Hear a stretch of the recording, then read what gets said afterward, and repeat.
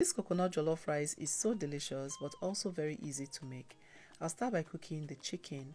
I've cleaned it already now in a pot. Then I'll add some blended garlic, ginger and onion, season with some seasoning cubes, curry powder, salt and some green seasoning. Now stir this and let it cook in its own juice because I'm using soft chicken. No water is needed to cook this.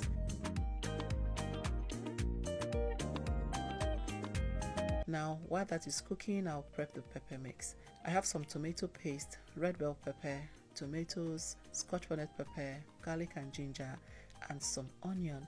I'm going to blend this until smooth. I'm also going to blend the tomato paste together with this so it has the same consistency, because as usual, I like to boil this down first before I fry. Today's hug is for Missy Joma watching from Nigeria. I'm glad you love the recipes. Please let me know where you're watching from so I can send you a hug in my next video.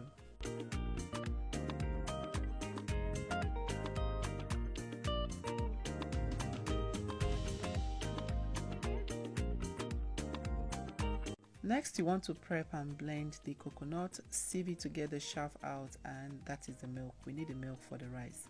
I prefer using homemade coconut milk to store-bought coconut milk. It will taste better.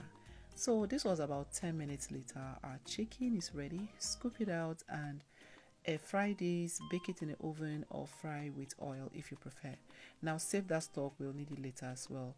To fry this, I'm going to use some coconut oil to fry and take it out once it is dry.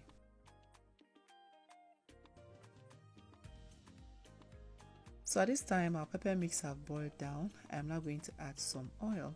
First thing will be the oil I used to fry the chicken. Then I'll top up with a little bit more coconut oil if I have to.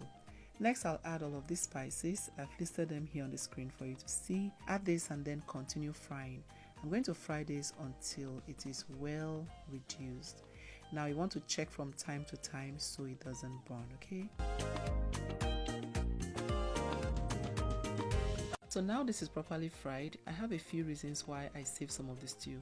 Number one, just in case I have excess, and number two, it adds a very nice taste towards the end of the rice as well. So now I've added some washed rice. I washed this rice multiple times with salt and warm water until the water ran clear. Then I'll add some of our homemade coconut milk and stir really well.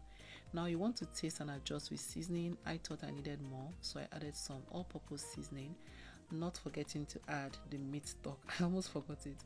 So add the meat stock and stir. You want the liquid in the pot and the rice to be at the same level, just like this. Now cover and let this simmer on medium heat for the first 15 minutes. Then go in and stir, and then at this point I like to cover with foil paper. The reason I do this is for the steam to finish up the cooking process without adding much water or milk. And then when I notice that the rice is starting to burn a little bit, I go in, stir, and then top up with some of this stew if my rice is looking pale, and some butter for that extra shine at the end. Stir this in and our rice is ready. You guys, you need to try this recipe. You'll love it. I hope you do. Send me your pictures if you try it, and I'll see you in my next video. Thank you for watching. Bye.